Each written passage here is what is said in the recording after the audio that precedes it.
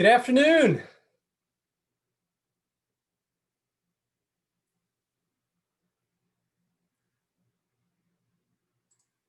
think we got to unmute everybody.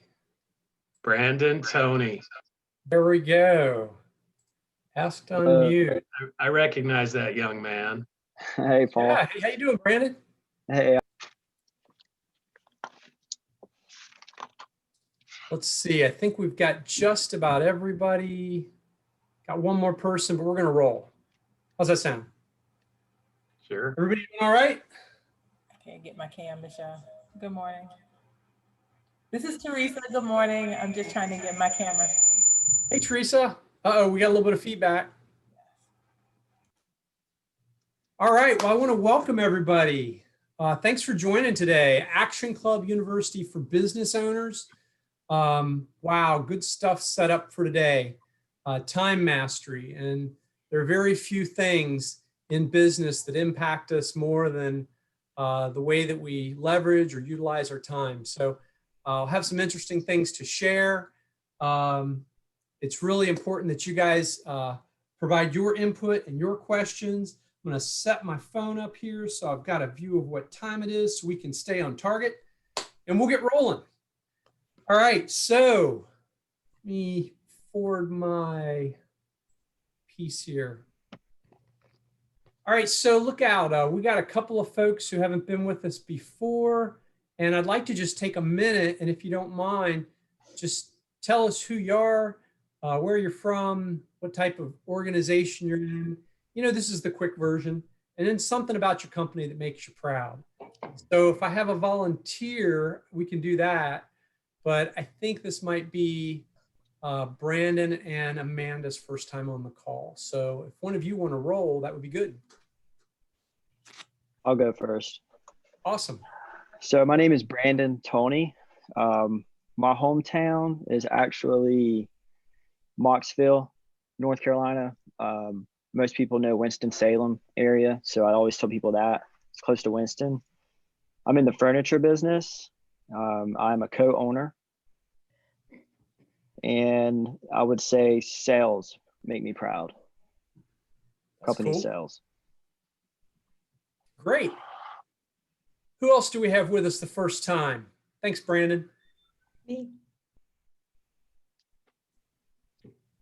So it's my first time. I'm Amanda Pennington. I'm a family physician.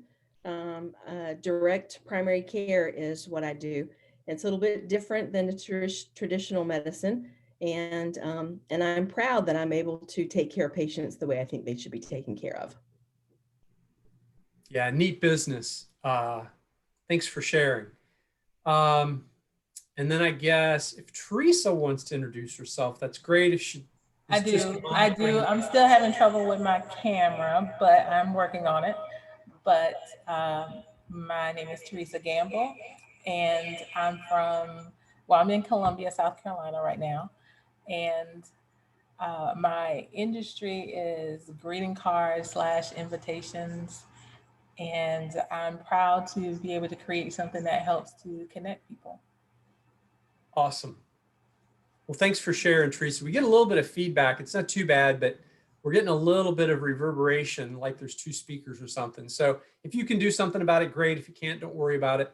One of the things we will do, though, today to get the most, have video on as much as possible. You know, turn off the mobile phones. If you can put it on buzz or something, just so we can be focused. Audience participation is key. So I'll ask for quick input. You can mute yourself in between if you want. If it's not loud where you are, you can leave your mute on if you'd like, or mute off. When you take notes, probably should have told you this in advance, but it helps to use colors. Colors, when we take notes, create pictures instead of words in our mind, and that increases our retention. If you want to at any point in time, just unmute yourself and contribute. I would ask, we haven't had a problem yet, but we do discourage 30-second or 2-minute monologues just because we do want to make sure we cover all the material. When we do have time, though, I will elaborate and ask people to ask more questions. If there's something that you really have a burning desire to communicate, you can hit the chat. I should be able to see that pop up on my window. If there's something that comes up, I'll take a quick look at that. So if I seem to drift off, I'm checking chat or possibly admitting somebody else to the meeting. So if no one has any questions, we're going to get rolling. We good? Thumbs up? Cool.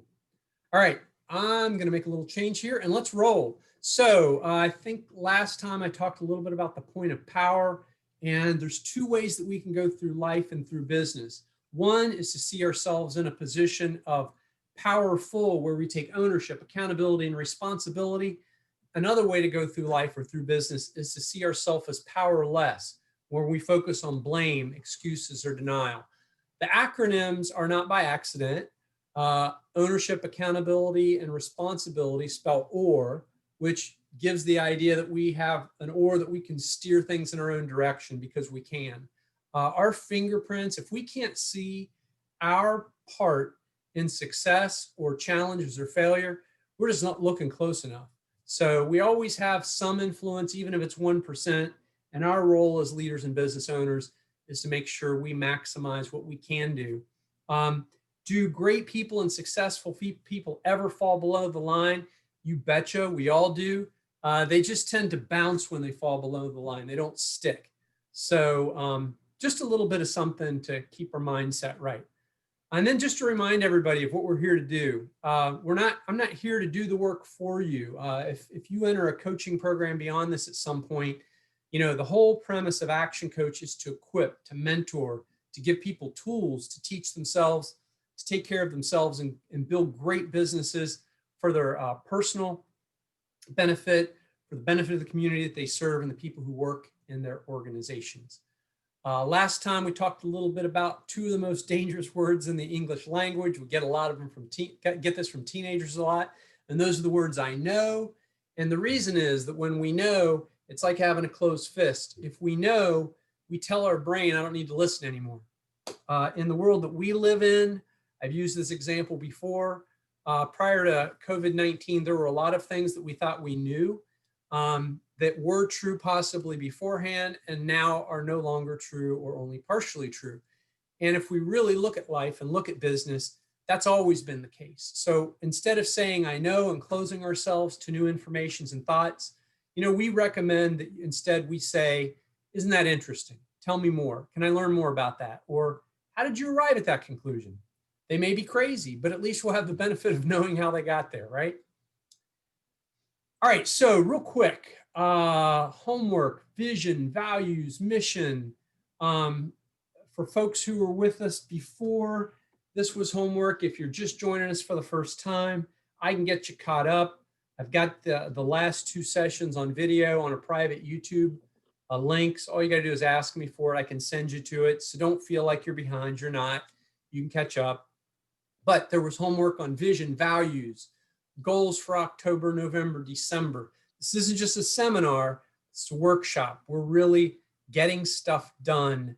And the more that you're able to do the types of things that I share, the benefit is going to accrue to you, the faster you're going to progress. Now, I say that with this caveat, which is everything that we do, we have to do at a size appropriate and a stage appropriate manner within our business.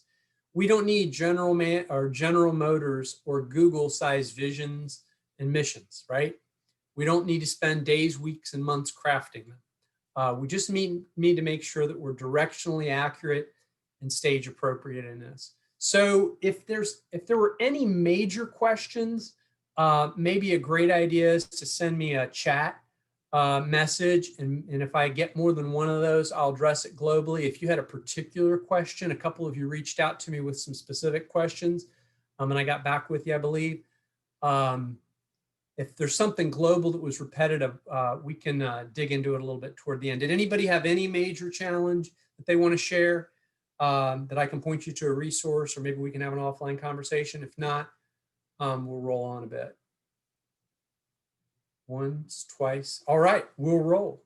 All right, again, we're not going for perfection. We're going for a starting point on these things. And then just a reminder, I'll always bring us back to this because this is the framework with which Action Club University for Business Owners operates. This is busy as all get out. Forget all the extraneous stuff around the outside and just focus on the middle figure. The First thing we need to do in our businesses is gain mastery. Mastery is down below that in 4 steps: destination, money, time, and delivery. And today our focus is going to be on time. It'll touch some other areas. We're not going to get into the rest of the things on this screen, but it's always important for me as the mentor and the teacher to let you see how what we're doing really just fits into the same big old picture that we've talked about before.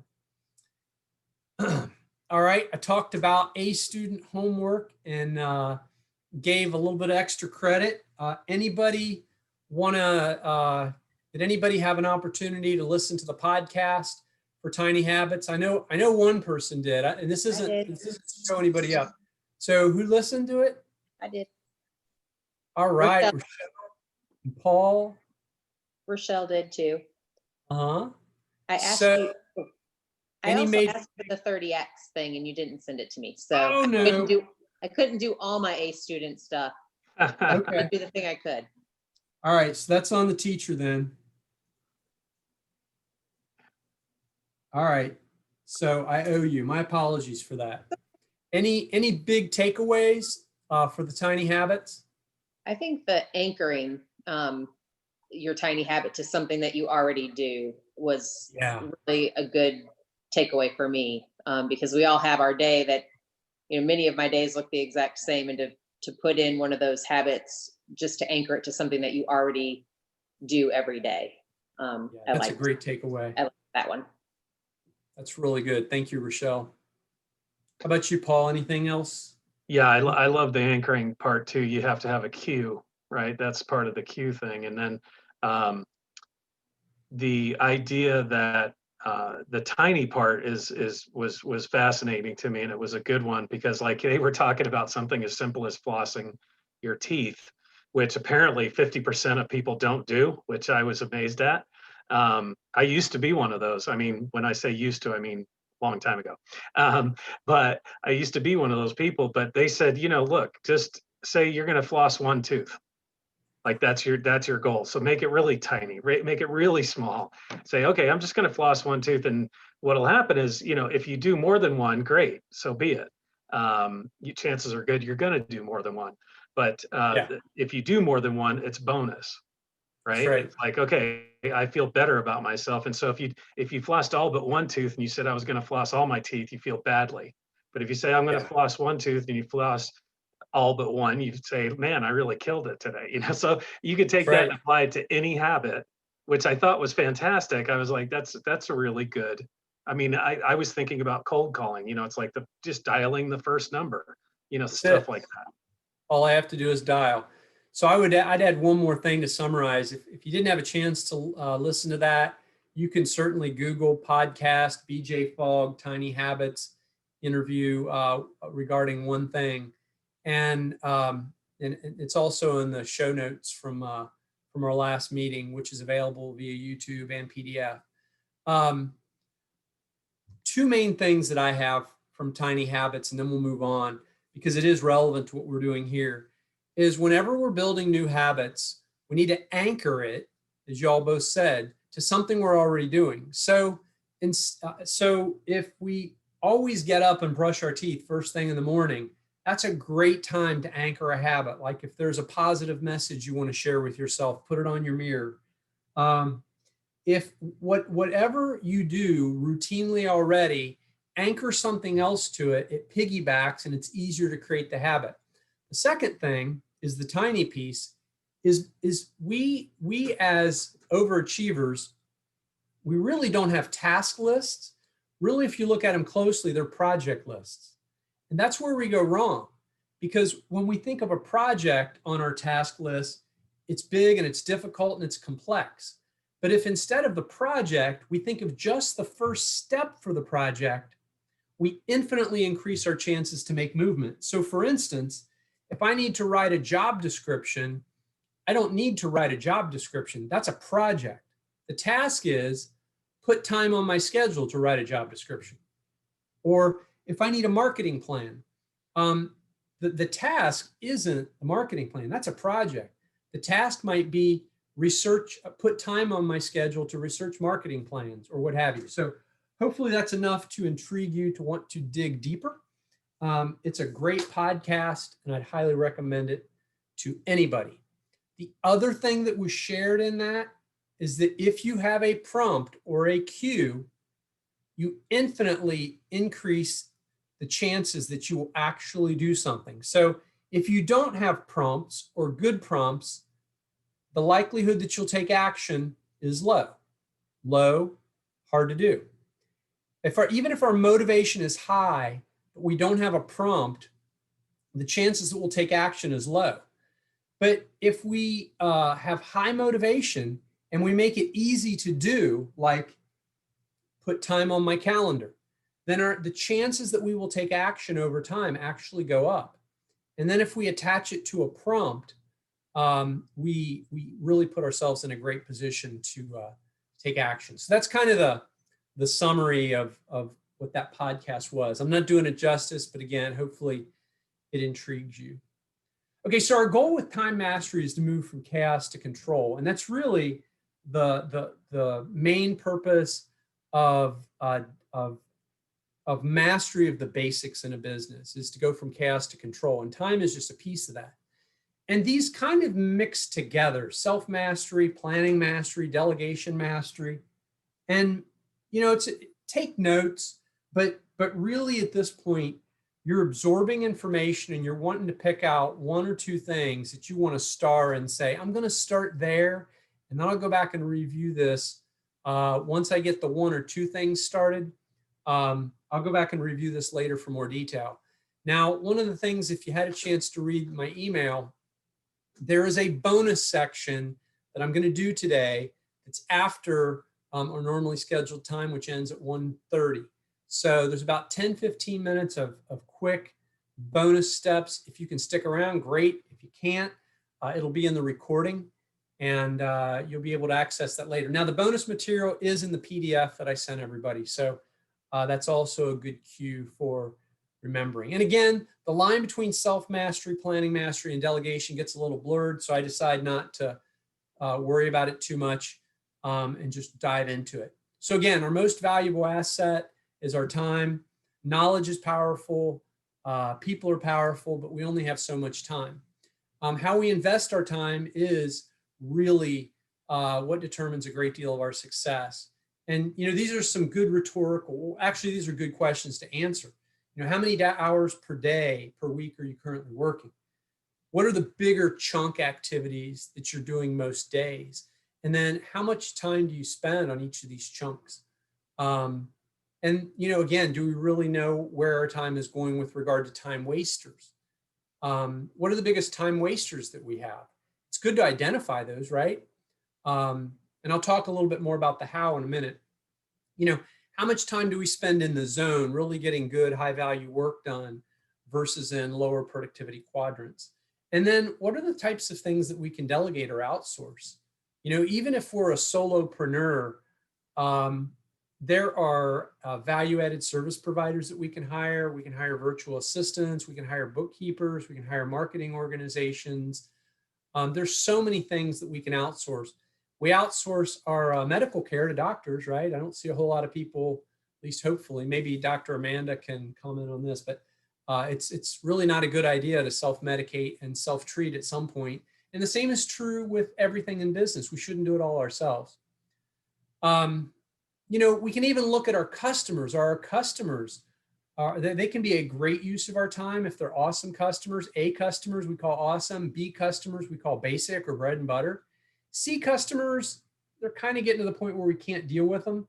And then D customers are dead. I don't like to use the word dead, but the wording is strong for a meaning. You've really got to turn them into a C and then a B, or you gotta find a way to replace them. Is it not true that 20% of your customers are 80% of your challenges? And we got to ask ourselves, why is that? Why are these customers a challenge? And what is our marketing look like that's bringing those clients to us? That's where Paul's a really great resource, is he can help us get the right message out so that we're attracting ideal clients. All right, so let's get into a little bit of bread and butter. This is about as unfun as it gets, but one of the tactics that we can use in terms of really understanding where our time goes. Now, this is in 15-minute increments. I don't like 15-minute increments. It was just a nice, it was already done for me slide. I like 30-minute increments. But look, print out, even if you got to copy this and print it out or create something in Excel, print it out on a piece of paper if that's what's easiest for you. And just each day, every half hour, an hour, just write down what you spent your time on. Then at the end of the day, go back and color code the things that were highly productive. Maybe you circle them in green. Get yourself a fancy multicolor pen or use Crayola markers, whatever you got to do. But circle the things, color code them into prospecting activities, maybe if they're green, or serving clients, that could be green. If it's admin work, maybe that's yellow. Maybe that made you money. Maybe it helped somebody. Maybe it didn't. And then you got to look for the stuff that's just red that maybe was not time well spent. It's meetings with people who, I hate to say this, but if you're not meeting your goals, it might be meetings with really nice people who there's really no purpose right now in you meeting with them. It's a waste of their time or a waste of your time. So these are just beginning steps of things that we can do.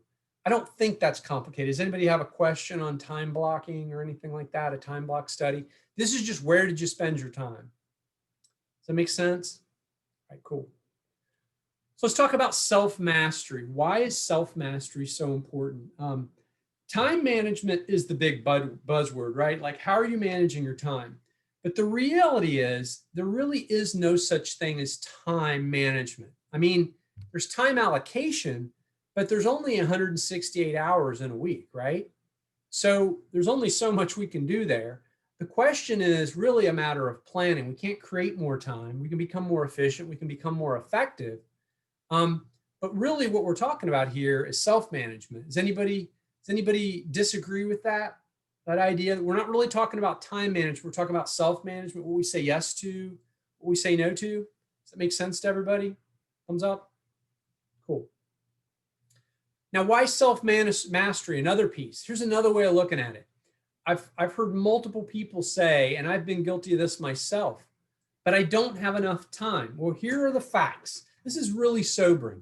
In a 168-hour week, if you figured 8 hours sleep, which I'm sure a lot of us don't even get 8 hours sleep, 7 nights a week, 56 hours for sleep, 40 hours for working, probably, maybe we need to transpose those two for some of us, 42 hours to eat, commute, family time, etc. That still leaves 30 hours for whatever we need to, enough time to pursue your dreams. So generally speaking, how many of you feel like we really have a time problem versus a priority problem? Do you see where we're heading with this? It's not really about time. It's more about priorities, right?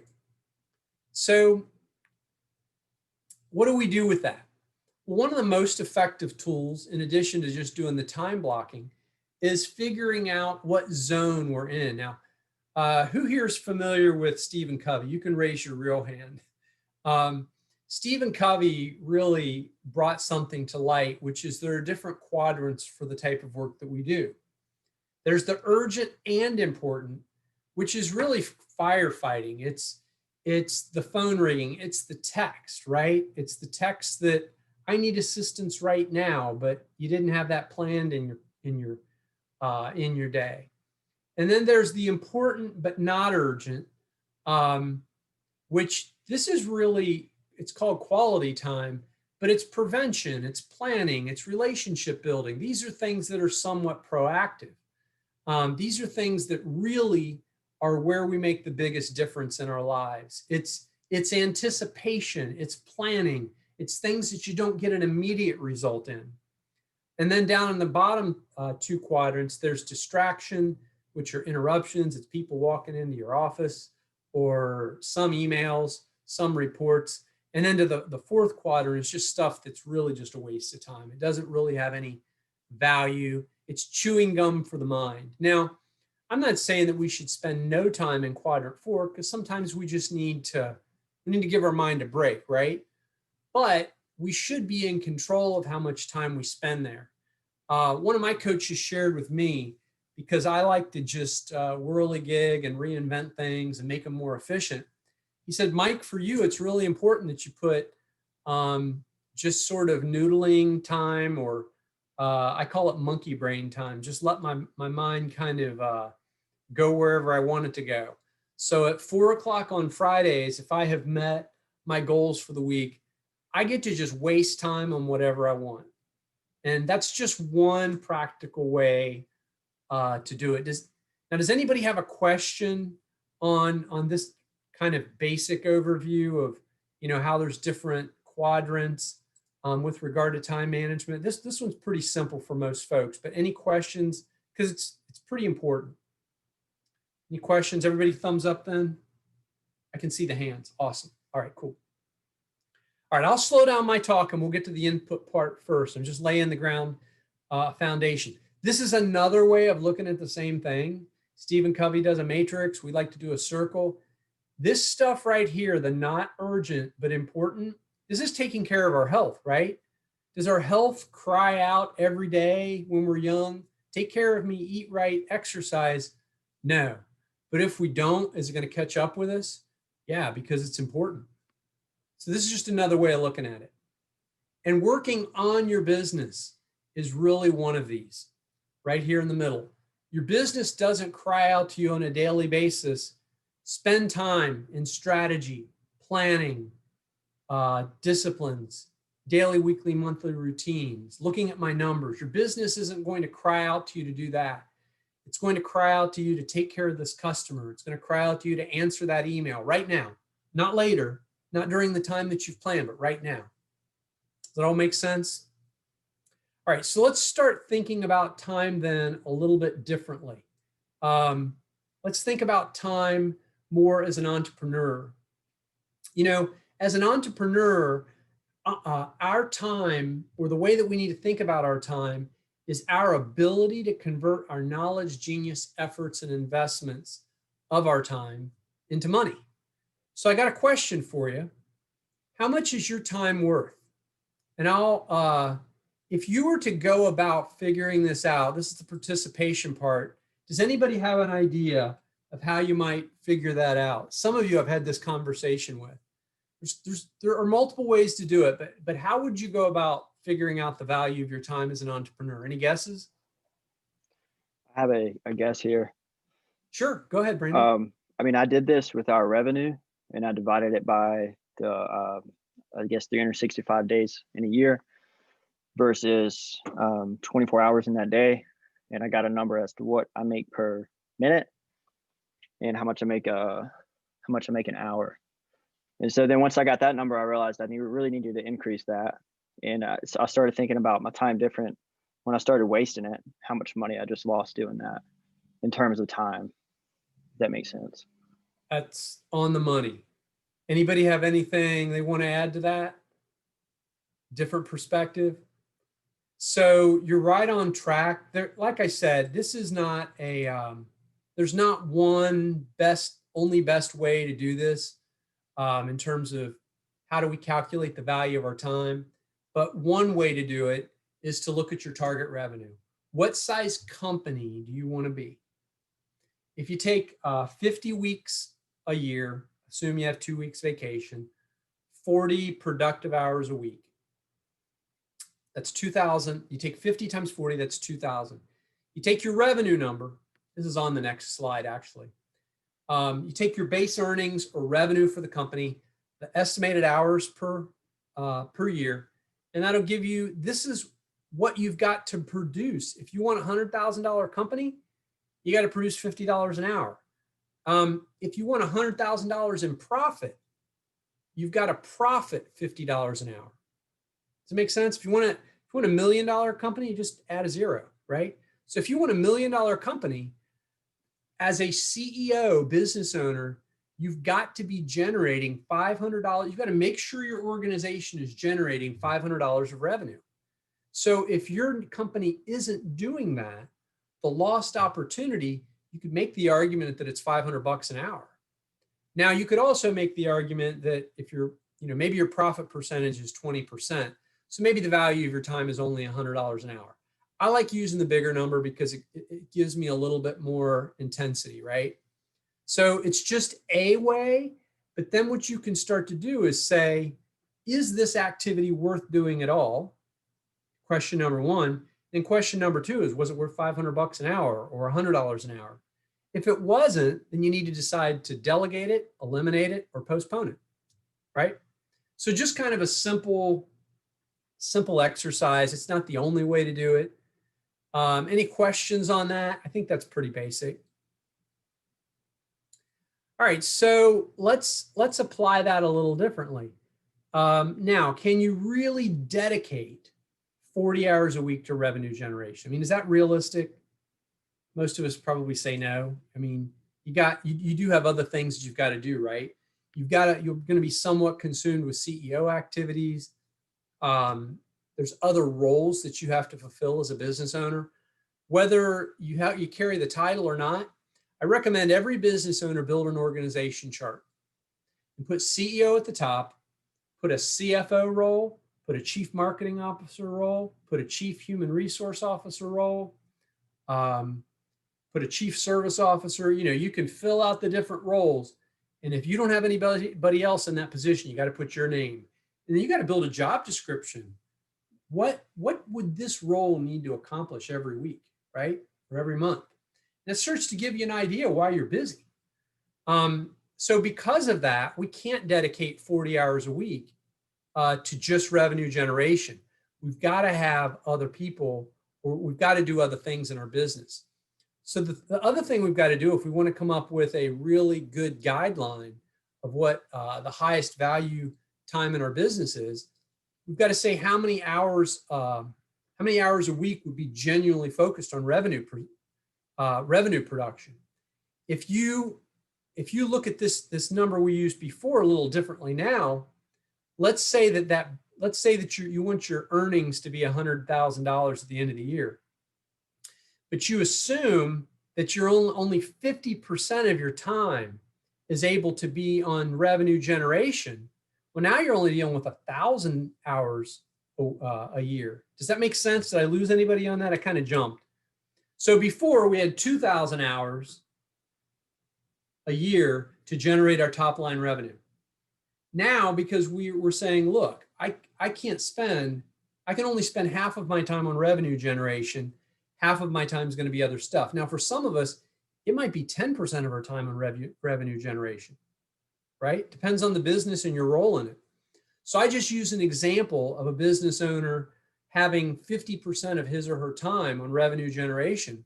That cuts the hours available in half, which what does that do to the revenue, the value of an hour? Well, the value of an hour just doubled, right?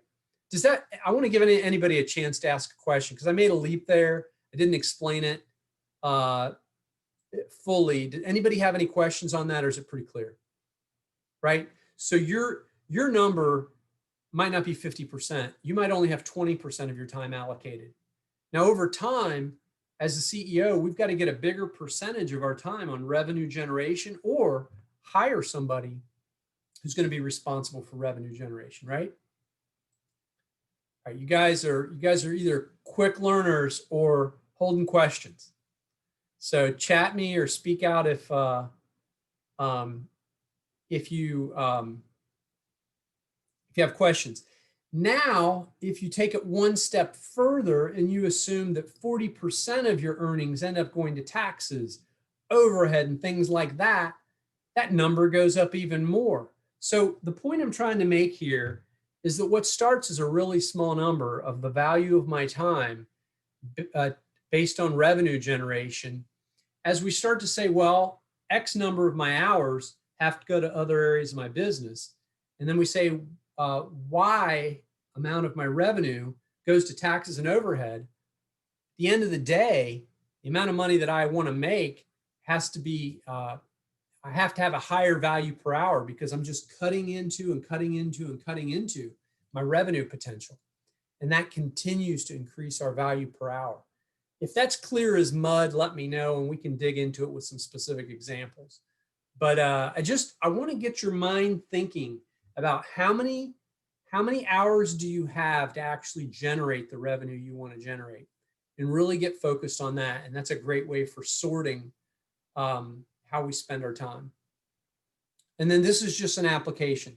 So let's say that we figure out that we got to generally generate $140 per hour for $100,000 a year income. You know, what do we do with the activities that are less than $140 an hour? We can delegate it. We can hire somebody else, or we can eliminate it. And that's really what your first homework assignment is for next week.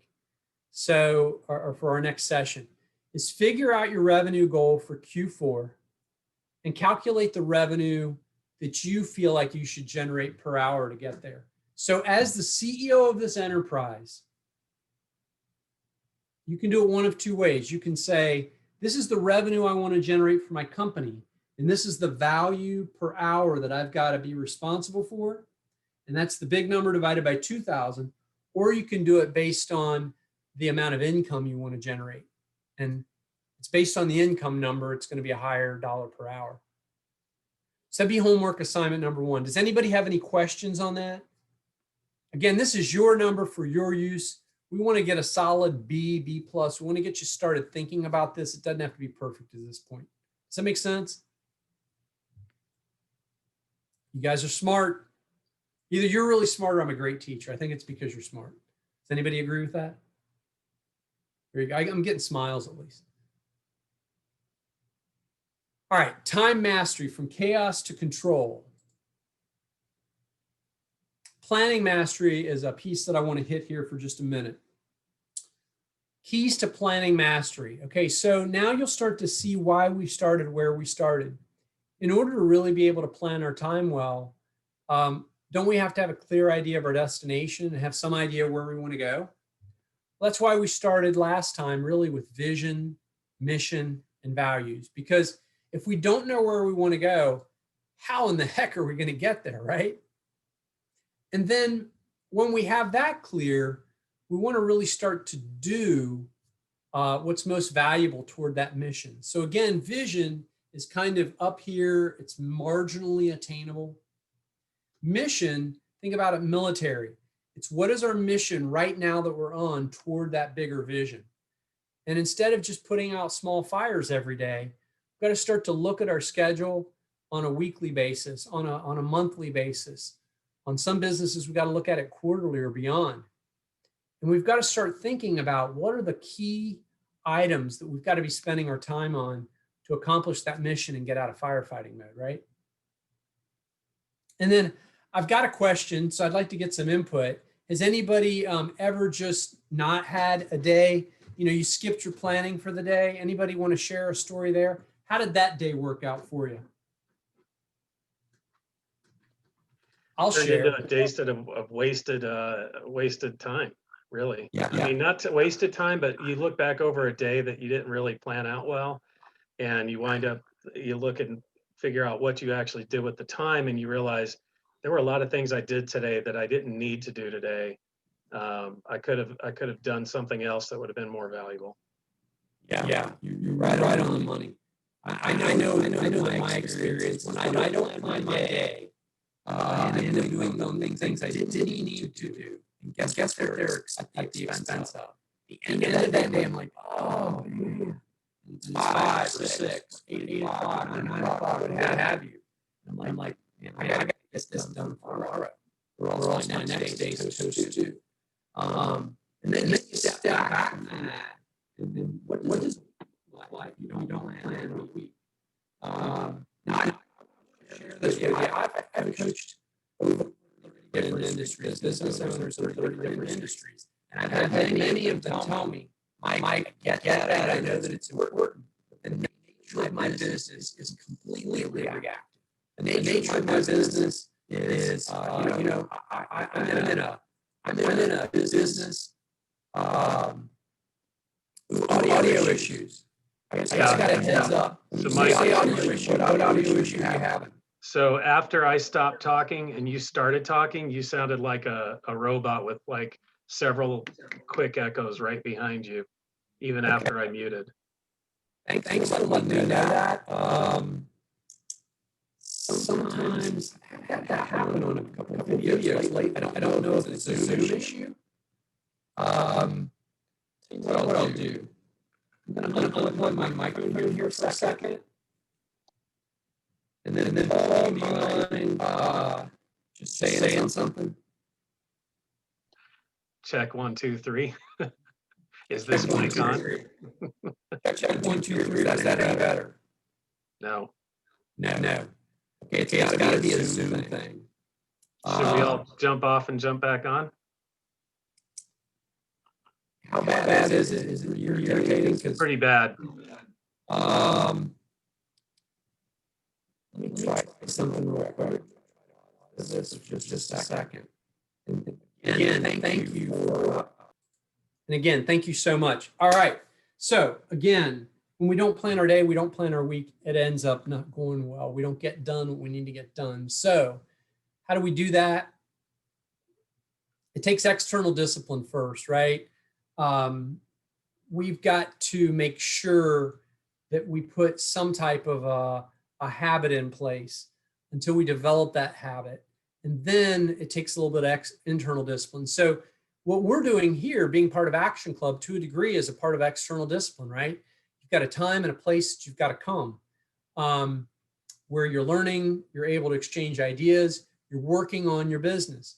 So for us to work on this, we've got to put the time on our calendar. We've got to have some type of external accountability. I think the quote, what was the quote that was shared today? Was that you, Rochelle? Someone shared the quote today that, no, it was, who was it? It was Corey, who shared the quote that was, change is inevitable, but growth is optional. And so true, right? So self-development is a must. We must develop our commitment to, our understanding of, and our disciplines around planning and self-mastery. They're just musts. I've got this little board. I don't know if you can see the board on the wall back there. Be, do, have. So often in life we hear, if you want to have more, you got to do more. And that's true. But at some point, we've got to start to become more. And discipline around planning and self-mastery is all about becoming more. All right, here are some simple how-tos. How do you do that? Battling urgent versus important. I'm going to give you a few here. Put these things on your calendar. These are action items. Have start with, I'll go down here to daily and weekly. The first thing you got to do is you got to master the day. So an hour before the day begins, and an hour the day before, 30 minutes at the beginning of the day. Make sure you've got your day right. Once you start to master your day, then start looking at your week and get a weekly plan. It might take an hour. It might take 2 to 3 hours. Once you start to get a handle on your weeks, start to look at your months. Now, I want to qualify this to give you some consistency. You do need to have an overall annual goal. You've got to have the mission, the destination in mind. So get that done first. But what we tend to do is we tend to think, I've got to figure out the year. I got news for all of us. Your year isn't going to look anything like you think it is right now in 2021. Maybe a better way to put that is it isn't going to go exactly as planned. So sometimes we spend too much time on the year or too much time on the quarter and not nearly enough time on the day. So get your days right, develop that habit, develop that discipline, then get your weeks right, then get your months right, and then get your quarters right. Now on the quarterly, you can do that through Growth Club, which I can share more information about that. It's December 8th. It's a half day in the morning. That's a great place to get your quarter right. But does this make sense? These are disciplines. You've got to put these, if you've got an Outlook calendar, one of your first homework assignments needs to be to mark these recurring activities on your calendar and put it in red, purple, whatever you got to do. Even if you got to find a buddy who's going to do the same thing at the same time, have accountability. If we can't discipline ourselves here, we're going to struggle to get the rest of it. This is the building block. Does that make sense? So appropriately enough, that would be homework number 2. So again, you guys all have copies of the slides, but homework number 2 is block these out on your recurring calendar. Any questions? You guys are great. There's so much information and nuggets in this particular Action Club University that it's a whole lot more talk than I like to do, but I feel like I got to get you the information and the infrastructure so that you can begin to build out your plan. And I talked about this, first thing we got to do is win the day. Now, there's an idea or an idea here that I've shared with some of you. If you want to win the day and your business lends itself to it, for me, Mondays are professional development, creativity, and projects. Now, it might only be 3 or 4 hours. My Tuesdays and Thursdays are heavy coaching. My Wednesdays have more of a marketing theme. That's when I'm really focused on marketing. It's also when I have BNI, my networking organization. And then Friday morning is planning, and then overflow and curiosity-based meetings I talked to you about. Now, this is just me. I don't want to give this illusion that I have this perfect and it goes like this every week. But I put these blocks on my calendar, and there is a really high value that has to come along for me to move one of these things. Okay, and over time, you can develop a default calendar where your calendar and just living by your calendar can really start to point you in the right directions.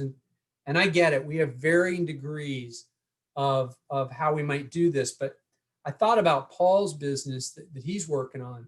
And, this is a fix it and repair type business, right, Paul? So is this possible with an appliance repair business when you're always on call?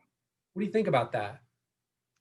Yeah, absolutely. I mean, especially the way I've been thinking about what it might look like. The nice thing about if you're the one doing the work, you have the flexibility and the freedom to set your hours in terms of when you're going to go on service calls versus when you're going to do other activities. And so, like networking, for example, if you're meeting with BNI once a week, that's a time that you're not available. So if somebody's trying to schedule with you at that time on your calendar, they can't because it's physically or it's just not possible. There's different ways of scheduling. The idea that I have in mind is, as much as possible, I want people to schedule themselves on the website, so that I'm not spending time on the phone scheduling, right? So there's lots of ways. So that would be time, hopefully doing stuff that's generating revenue in a different way. Right. Because one of the challenges with appliance repair is a lot of times when you and I haven't even started doing this work yet, but I've been listening to a lot and reading a lot. You go out to a service call and you might not wind up repairing that appliance because the person, once you give them the quote of how much it is to repair, might change their mind and say, I'm just going to buy a new one. So what I want to do is, on the front end of this, figure out a way to help people think that through before they even have me come to their house, because you can't make a living on service call fees. That's right. Good. I don't know if I answered the question well. But. Yeah, I think so. So one of the takeaways there or applications would be, if you're using a calendar system, I'll just use Calendly as an example. You can block out certain parts of your calendar so they're just not available. And again, there's varying degrees of ability to do this with certain types of businesses. If you're in an emergency business, you need to provide a way for someone to give an immediate response to a true emergency. It could be an answering service, it could be a key employee, it could be yourself, if that's where you are in your business. But if we're always in emergency mode, there's other things that we really need to talk about priorities. Are we attracting the right clients? Unless you're in the 911 business, most things aren't life and death. So anyway, any other questions? Anybody, maybe I'll take one other. Does anybody else have a business where they can at least see some way where they could apply some of this? Because I'd like to shed some light on it if you can't see it at all. Okay, so far so good. All right, good stuff. All right, so one of the ways to do this is to have, you guys have heard this system before. You have A, B, and C priorities. You have 1, 2, and 3s. I know this is really old school stuff, but when you got a list of 20 things, or for those of you who are in a client program with me where we're building out an action plan, our action plan has in order the things that we're going to attack, the things that it might only be 1 or 2 things this month that we're going to address. We have our A priorities, our Bs, and then within the A's and B's, we probably have a 1, 2, and a 3. Can it change? Yeah, life happens, business happens. But we want to at least begin with a plan. So hopefully I've beaten that horse. I touched on this last point a little bit earlier, where sometimes we'll see one of the questions we want to ask is the thing that I have on this list a task or is it a project? If it's a project, it needs to go on a separate list. So have a list in Excel or something like that that's projects. But if you're going to do tasks, tasks need to be separated out from projects. Does that make sense? Yeah. One of the biggest killers of actually getting stuff done is this is a real busy calendar, is having tasks and projects on the same thing. So this is just an example of what a calendar could look like.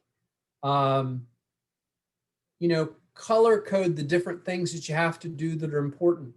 It's just one way to do it. You can do this in Excel, but build yourself a default weekly calendar. So now you've built your destination, you figured out what's most important to you. You may not have all of this. Don't feel like you've got to fill your whole calendar, but at least get your highest value activities on your calendar. Okay, start there. That's the place to start. Don't fill every hour. One of the things that I don't like about this calendar is it has no buffers. So this is a good, reasonable example, but it's not a good practical example. If your calendar has no buffer in it, it's an opportunity. It's a plan for disaster.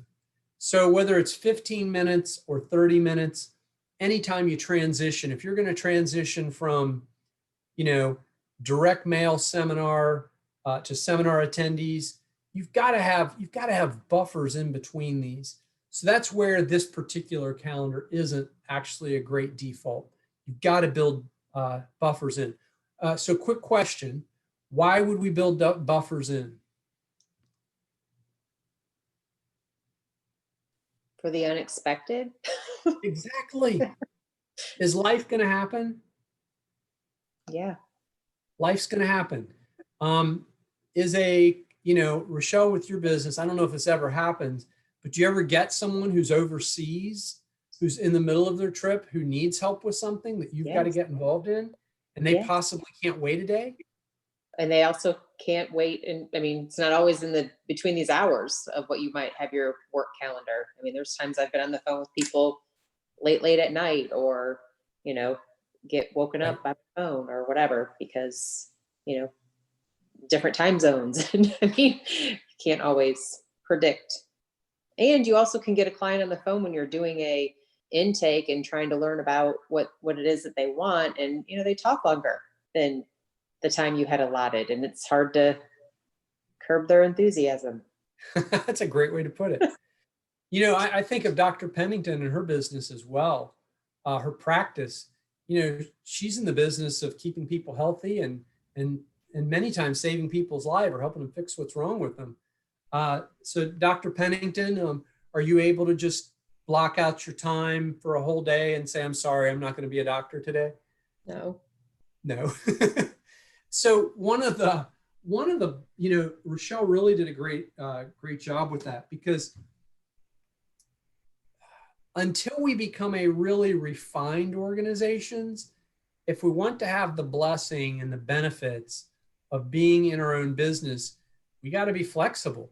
And sometimes to have a calendar that works, if we do have protected time, it might mean a late night phone call or a late night visit or an early morning or a weekend. At the starting phase and build-up phase of our business, which all of us are there to a degree, we can't have it all day one and expect to have customers, right?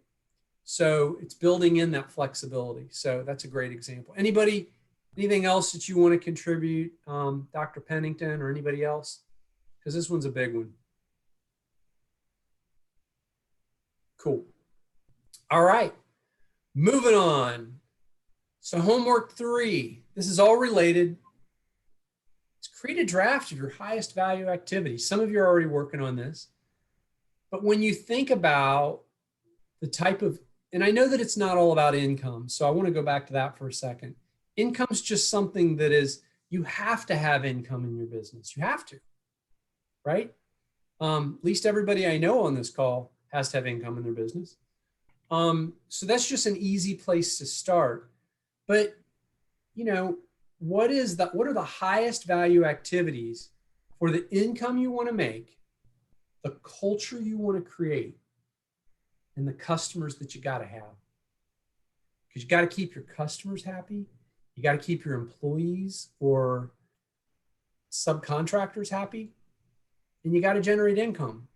So your highest value activities need to create a balance of that.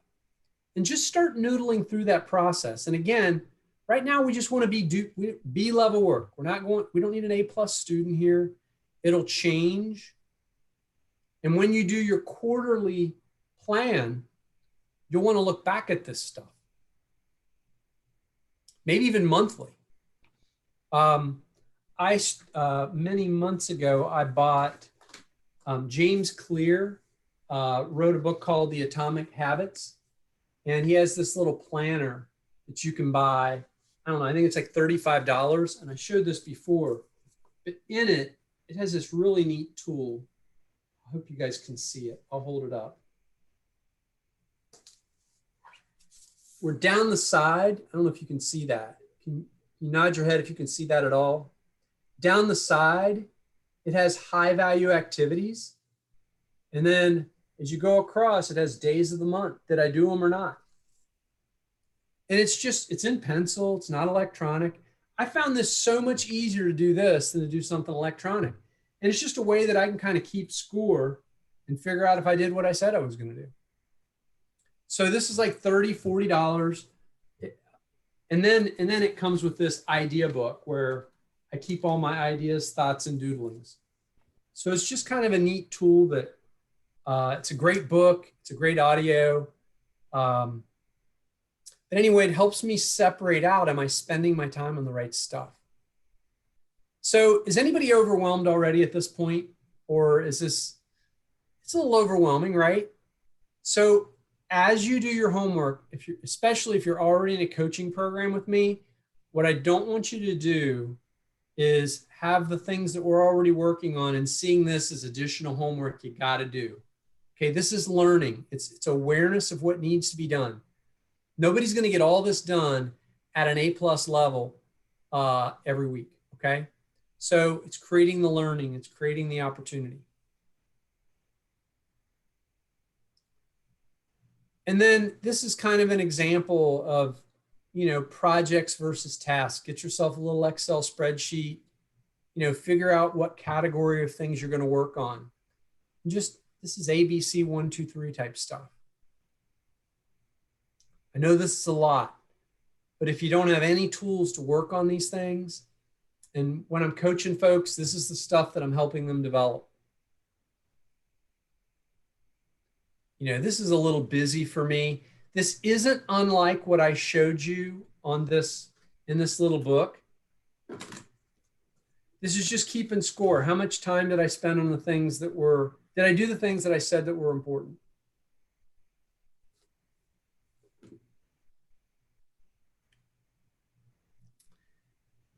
And then again, I talked about self-mastery a little bit earlier. Again, if we're going to do self-mastery, we've got to be high in motivation. It has to be something we want to do. We have to make it easy so that it's a task, not a project. And we've got to attach it to something that we do every day.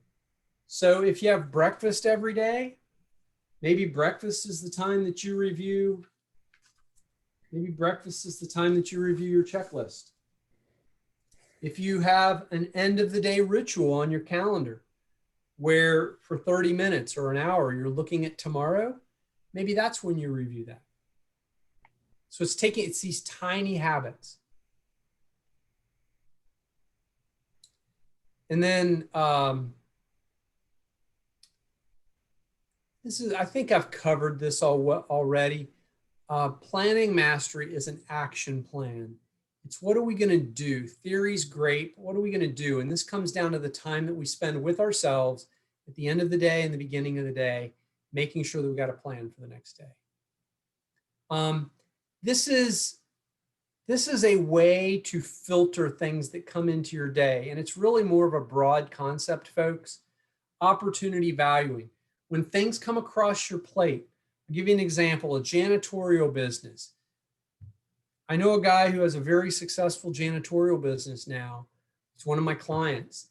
And he's now to the point where he can't even quote something that's less than $2,000 because of the price that it takes to mobilize a crew. And we all have to figure out, it doesn't mean you can't help somebody. And I think that, was it who had mentioned that? I think, well, actually, Paul had talked about, you're not going to be able to quote everybody. You're not going to be able to fix everybody's appliance. Sometimes the right answer is, for that repair, I usually recommend that you buy another microwave. But for all of us, we've got to start to think about some of the things that we're doing and ask ourselves, is it worthwhile? It isn't all about the money, but part of it probably needs to be, is it going to generate the revenue long-term that I want? And if I can't, then I've got to find other trusted partners who I can refer this person to. I had a potential client come to me through referral last week who was in whose husband was in a partnership with the spouse of the person he thought he partnered with. Does anybody hear a problem there? When he actually looked at the paperwork, he wasn't in business with the husband. He was in business with the husband's wife. The problem was the husband and wife now are getting ready to get divorced. And also, the husband who got into this business doesn't want to be in it anymore. Now he wants his wife to run the business. So his wife wants to run the business with the other person. Do you see? This is like a soap opera, right? How much do you think business coaching will help that person right now? Anybody got an idea? What do they need more than a coach? An attorney. Exactly, which is exactly what I did. So I listened for an hour to understand her dilemma. And I said, I would love to help you. You're not at a point where I need to help you. You need to call these. I will have a referral for you by the end of the day of these two people who you need to call. You've got to uncomplicate this ball of twine before I can help you. Do all of us have clients like that sometimes? Most of us? Yeah, they've got something that they've got to figure out before we can help them. And legally, I can't help her. I could create legal liability for me, my family. So does that make sense? That's opportunity valuing. It doesn't mean that it wasn't worth my time always. Sometimes it means I'm just not the best result. I'm not the best solution to the problem, right? Any other questions or examples with that? I have a client right now who's, they're not able to pay their monthly fee, and they're just struggling as a business, and it's painful to watch them founder. But I know that I can't take their problems on as a burden onto me. It would just suck up all my time. While I feel for them, I wish I could do something for them. I would love to point them in your direction, Mike, but you couldn't help them either. They're that much of a hot mess. And we talked about them actually before, I think. But yeah, I mean, that's a situation where you can't even, you have to make a decision to not even spend the time thinking about it. Right. So the reason a lot of this is near and dear to me is I had a meeting with my coach last night, and he made me pull up my calendar on the call. Now, my coach is one of the top coaches in the world, and he's been at this for 15 years. Really a great guy who I got involved in a learning program like this with. and he just happens to be in New Zealand, which really doesn't matter. It just goes to show that I want to go where I'm going to work with the person who can help me the most. And he pulled up my calendar and he literally went through my calendar on the phone and asked me about, because he knows what my values and priorities are. And he found 4 or 5 things on my calendar that I had. And then he said this, he says, Mike, let me see your default calendar. Guess what had happened to my default calendar? I hadn't updated it in a while.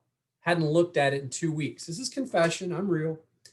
And a great coach, he said, okay, let's fix it now. So what did I do? I fixed my default calendar.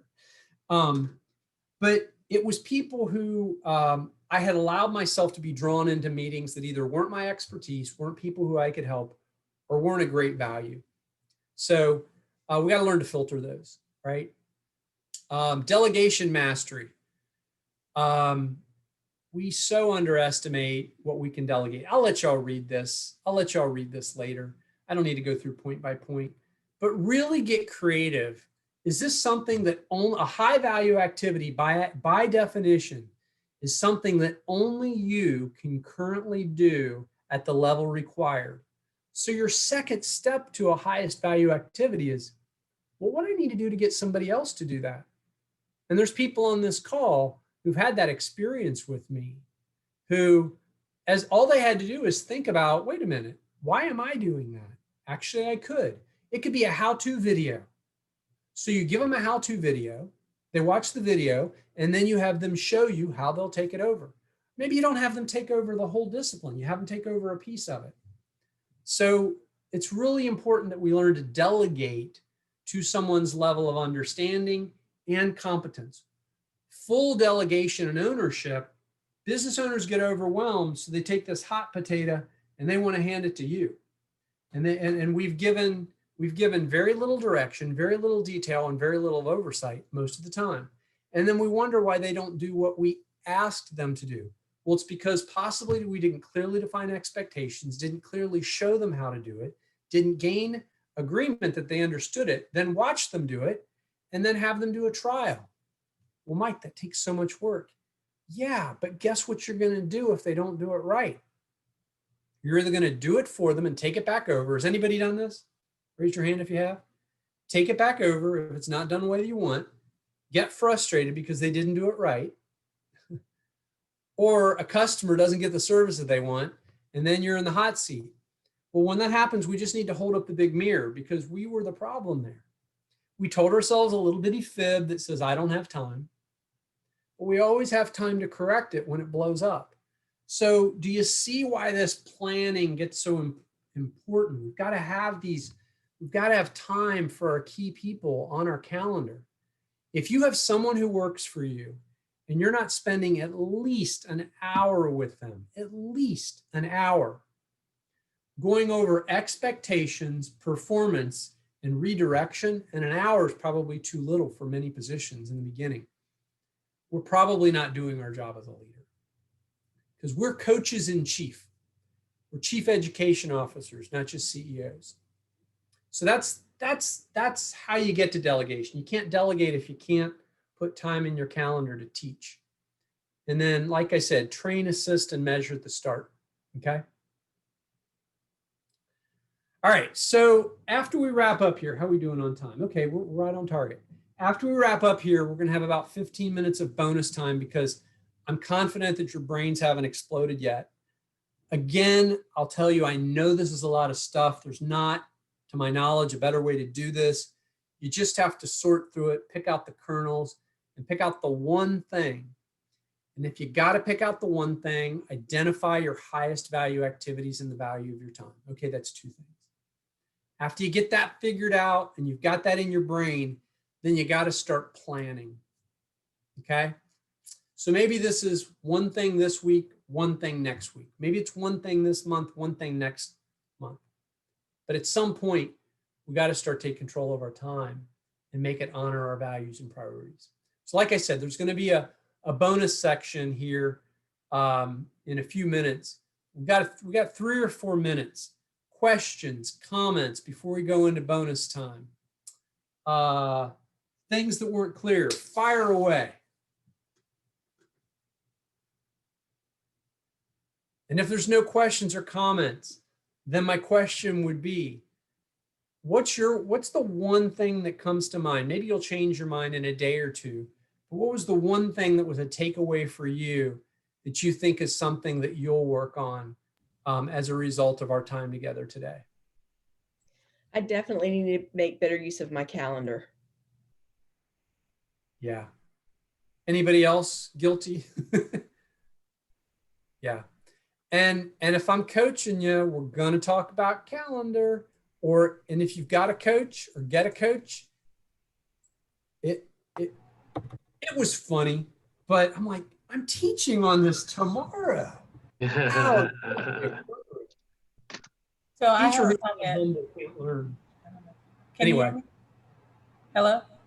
Yes. Hi, this is Teresa. I'm sorry. I haven't got my camera to work yet, but I do want to say that this has been incredibly helpful. That's something I've been working on this week, is managing my time, because my business is in the very beginning stages and I'm still researching and trying to get that established, as well as working with Adrienne with her business. I'm trying to be a very active part of that. So I'm trying to manage my time and get a calendar. I've been trying to find one that would be efficient.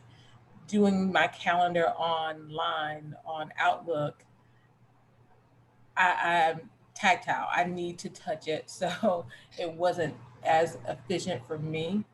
And maybe it was just because I had too much on there, but this lesson has really helped me a lot in just finding out what's urgent and what's important, and just coming up with a better plan to take control of what I'm doing, because I'm trying to balance so much. Thank you for sharing that, Teresa. You're right on the money. One thing I will say about Outlook is that Outlook enables you to create multiple calendars. So I've got the calendar that I actually schedule appointments on. And then I just created another calendar called default calendar. And whenever I want to look at it, it's right there. Is And that the one way, that you'd use for time blocking? I actually put the blocks in my calendar so that they can't get scheduled very easily, because I also use Calendly. Right. So that's just how I do it. I block out a fair amount of my week. I have about 5 hours of unscheduled time per week on my calendar that's completely blank for people to pick from on average. But by the time the week gets there, it's down to, almost none of that. But then I have an overflow on Fridays. Just my own personal approach is not to schedule anything on Fridays. And that's my emergency and my overflow day.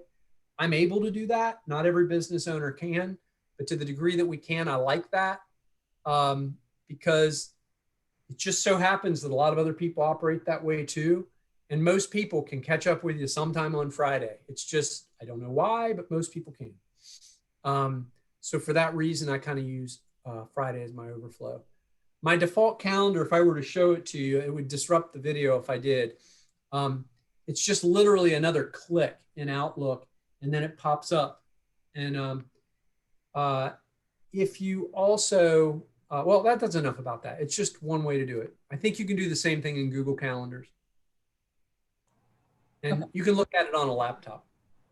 All right, great. Or you can use paper, print it out, color code it. Here's my default calendar. Nothing wrong with paper if that's what works for you. So what I think I'm confused. I probably confused myself, but what's the difference between your default calendar and the other calendar you're talking about? Okay, so thank you. A default calendar is the calendar that, let's take everything planned on your calendar off of it. And if you were to have a perfect week, it's where you would spend your time. Okay. So what would your calendar, thank you for asking. I didn't do a good job of explaining that. Your default calendar is your perfect week calendar if you were doing your best job as a CEO business owner. Now keep in mind, as a CEO business owner, you're probably a chief human resource officer. You're probably a chief marketing officer. So it's taking your highest value activities and putting them on your calendar first. And then everything else that gets added to your default calendar, it might not even be added, it might fill in. Because part of my default calendar, for instance, is I have approximately 4 client meetings on Tuesday and approximately 4 on Thursday and approximately 3 on Wednesdays. So that's part of my default calendar. Does that make sense? Mm-hmm. But if I'm going to do a business discovery meeting, one of my free meetings with somebody, I have that blocked on my default calendar. Let me see if I can. At certain times. If y'all have to drop off because of time, feel free to do that. I'm going to scare the daylights out of you. Hold on. As opposed to, come on. Okay, there's my calendar. My default calendar. So I don't want to show you my calendar. My default calendar, which I restarted it in November. It kind of looks like this. Okay, so I just have different people plugged in here and different activities. That's all. But my real calendar ends up looking a lot like this. It's just, you can see I have place to fit stuff in here. I have place to fit stuff in there and place to fit stuff in there. Does that make sense? Yep. Okay. All right. We don't need that. And I think I can go back here now. All right. Does that sound cool? All right. Again, out of appreciation for everybody's time, you know, we're a couple ticks past 1:30. So if you got to go, you got to go. If you have time for the bonus section, this is just put it on a parking lot list. Don't try to implement all this stuff, but it's just letting you know more about what is available. Talked about this, you know, we only get results if we take action. The only way we achieve our dreams. We can wish, we can think, but until we take action, it's just a wish. I talked about homework, you know, figure out your revenue goal, your sacred hours, and your default highest value activities to reach your hourly value. Draft a default calendar.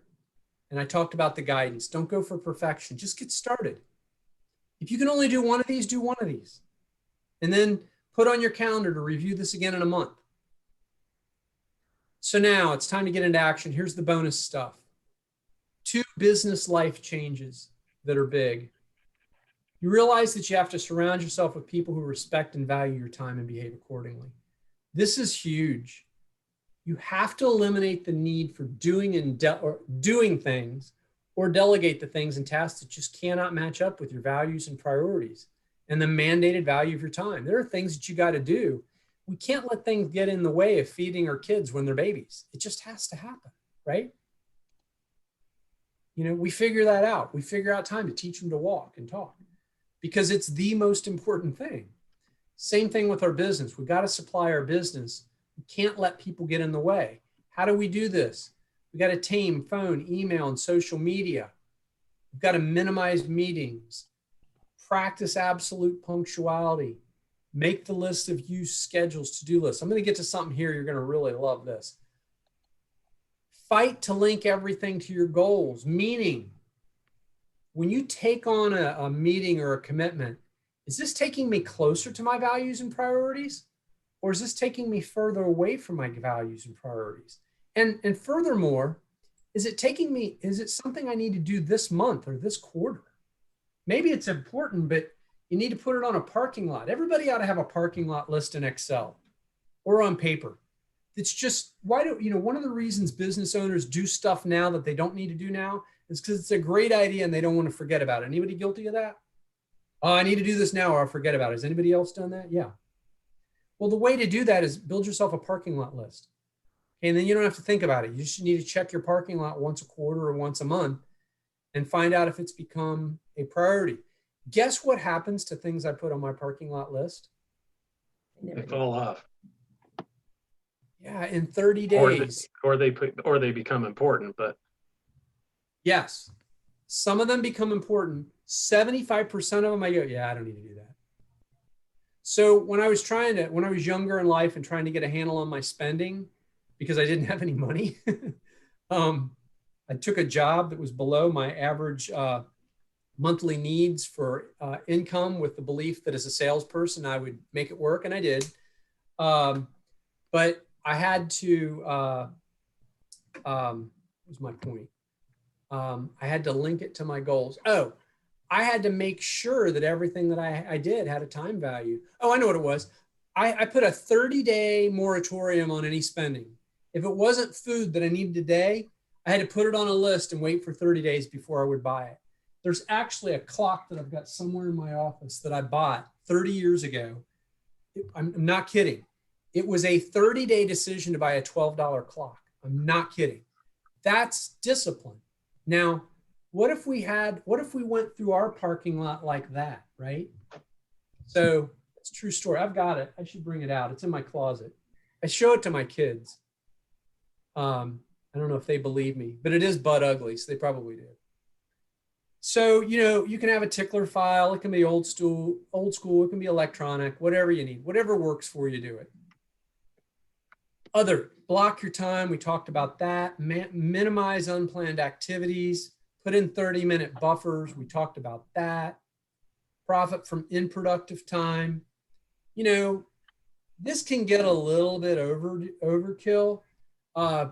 Brian Tracy is one of these time management gurus. I don't know if you've ever heard of him. He was big in the 80s, still relevant in the 90s. He's still around doing good work.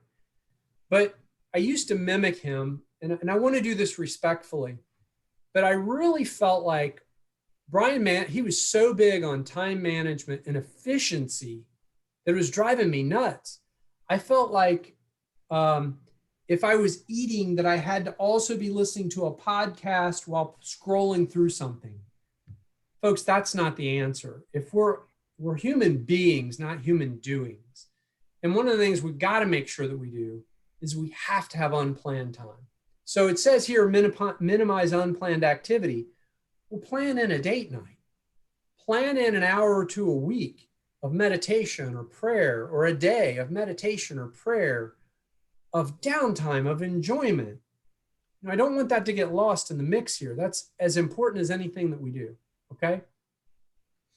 But when we're driving, I had a sales territory that was 2 hours away from the morning. So I literally bought $500 for the cassettes, dating myself a bit.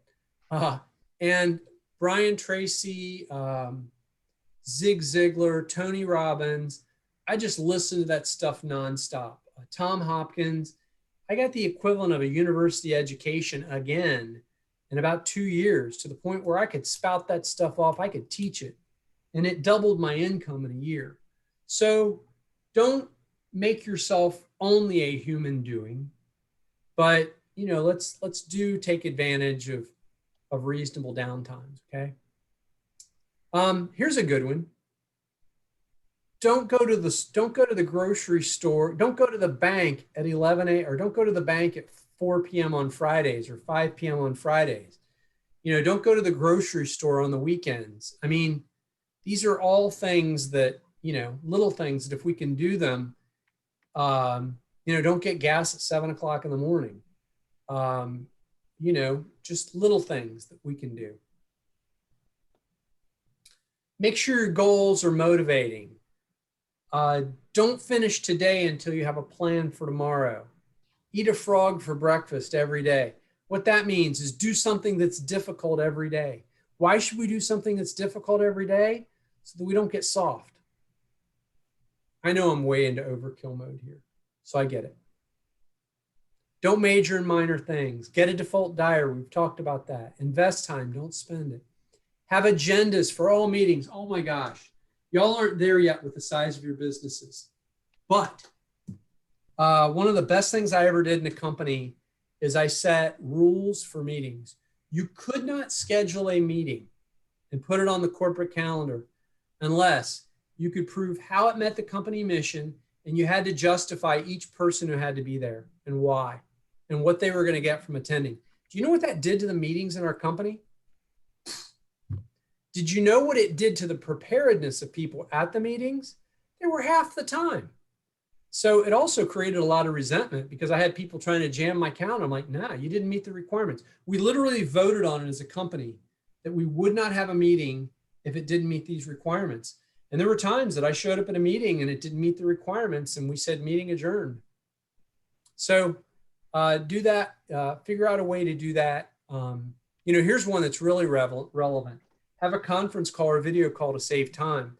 Normally I would be doing this in a face-to-face environment. How many of you had to drive to the meeting today, the Action Club? Nobody, right? It isn't ideal. Sometimes it is. And then learn to delegate to your team. Oh, there was one more I missed down there at the bottom.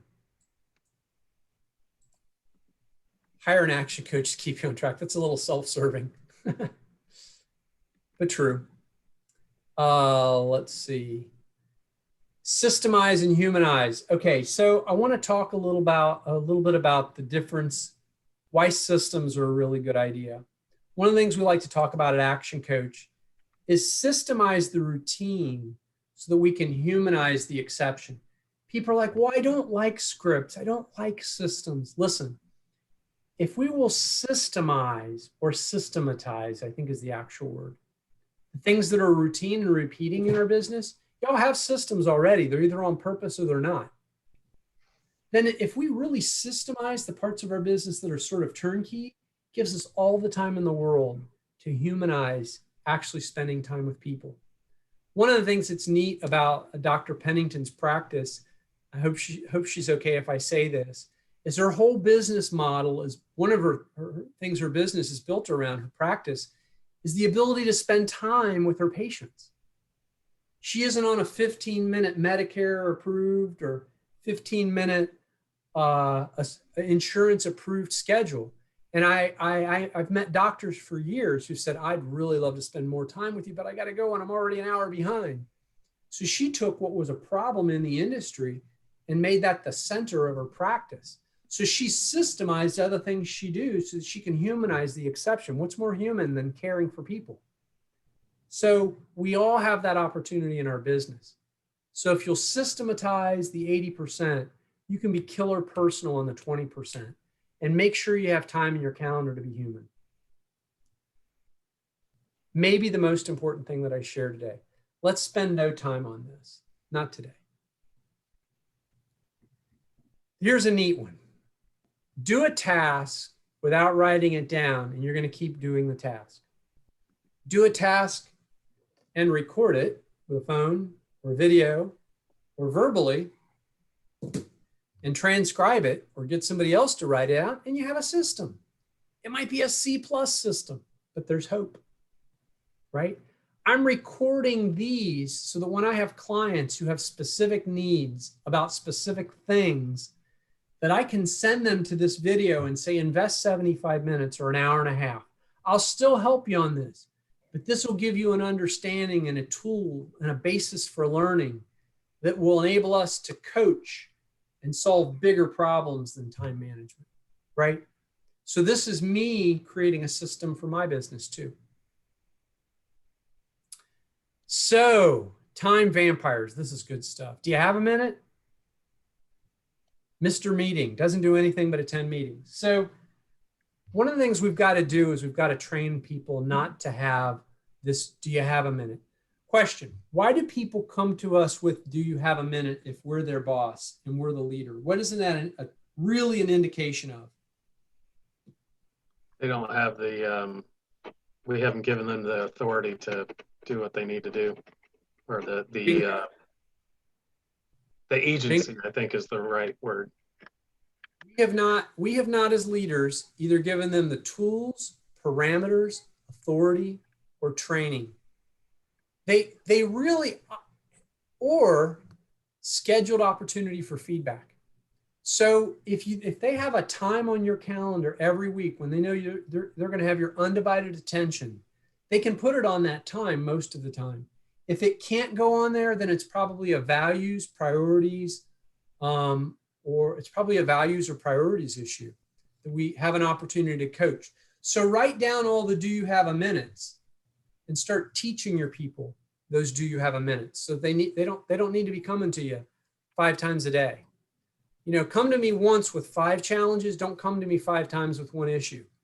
You know, and then there's a polite way to say that comes a little later. It's a little bit further on. Mr. Emotional Crisis, that's a good one. It falls into the same bucket. How do we answer that? You know, poor planning on your part does not constitute an emergency on my part.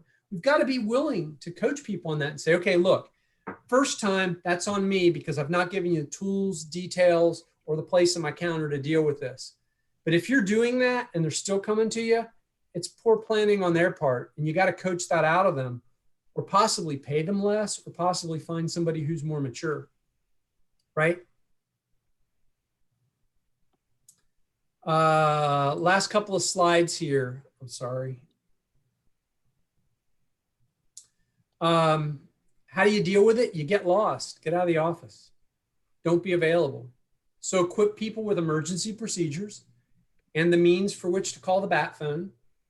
And they're not to call you for any other reason. Figure it out. If you've taught them values, priorities, and basic life-saving skills, it can wait an hour or 2 or 4. Don't train customers and employees to answer the phone. On purpose, don't take people's calls. Learn to teach people to think what they want, listen to the message, and call them back. Or the email. Don't always respond to emails right away. You're training people that you are always available and you're never going to be focused. I struggle with this sometimes too. Put times on your calendar to answer emails and phone calls. I still love the idea of, hey, this is Mike. I'm unavailable right now, but I return calls and emails at 1 p.m. and 5 p.m. daily. You need immediate assistance. This is how you get a hold of me. In my business, I don't need to do that right now, but I have. Set a timer. Hey, I've got 15 minutes. What do you got? Seriously, I do have to head out in 15 minutes. If you don't mind, because I care about you so much, I'm going to set a timer. And speaking of timers, talked about get lost, interruptions, being accessible. This sounds, do you understand why you can't do what you're meant to do if you're constantly interrupted? Have a receptionist, voicemail, answering machine, a steel curtain of defense, autoresponders on emails. I talked about setting a timer. And then fire yourself. You know, very simply, figure out what you do that somebody else can do and start training your understudy. I think Adrian's already doing that. I know Dr. Pennington's doing that. I know Paul's doing that. Replace yourself.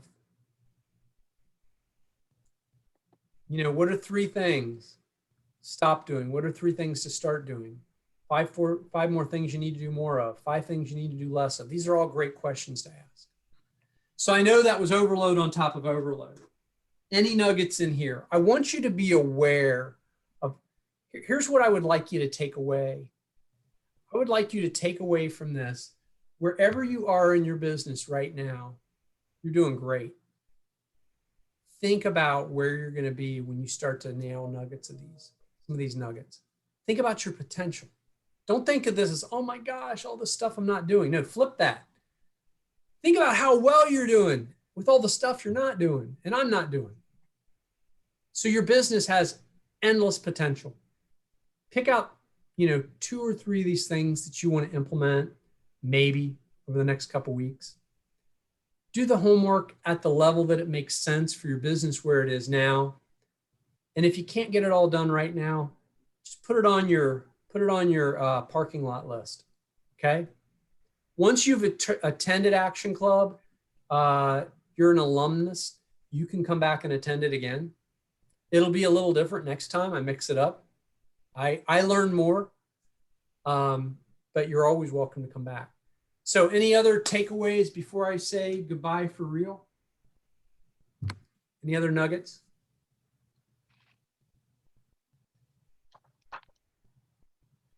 I contemplated breaking this up into 2, but I think it's still overwhelming if you do 2. you think I made the right decision? Yeah. Does anybody I've need, heard- go ahead, I've heard Paul. that. What is your time worth routine? Not routine, but you know what I mean. The exercise is what I meant. Presented before, but I never really connected it with, you know, because to me it sounded like a BS way of saying your time is so valuable. But in terms of deciding what you're going to do and what you're going to delegate, that's huge. Yeah.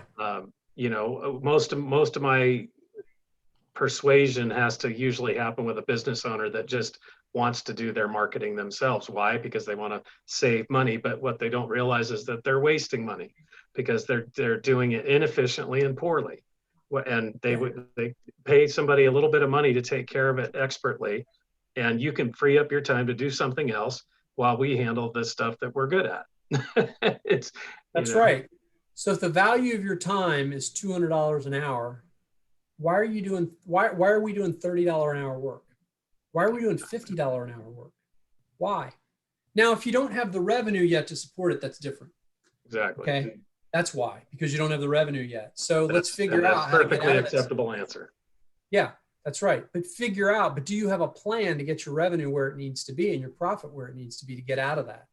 Yep. Because it isn't going to just happen magically unless you're a .com phenom, you know, where not .com, but internet sensation, where you've got an online product that's infinitely leverageable and you're getting paid by YouTube to create videos. It's not my shtick. That's not where I'm headed. It's not what I want to do. Not yet. Maybe someday. But by then I'll be so old, nobody will want to watch me, right? I'll call it old dude business pearls. But it'll be fun. All right. You guys are great. I can't tell you how much I appreciate you trusting me enough with your time to be here. I want to encourage you again. We all got a lot to learn and a lot to get better at, but we're going to be better than we were.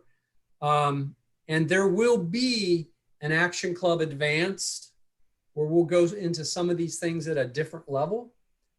This is just Action Club University for Business Owners 1. So, you know, this is like collegiate, you know, maybe 301, 401.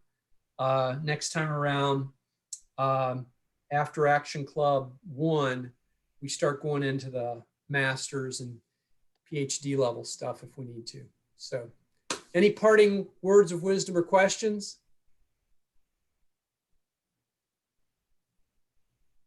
Well said. All right, everybody, be as great as you are and go have a great week. And I'll talk to you all soon.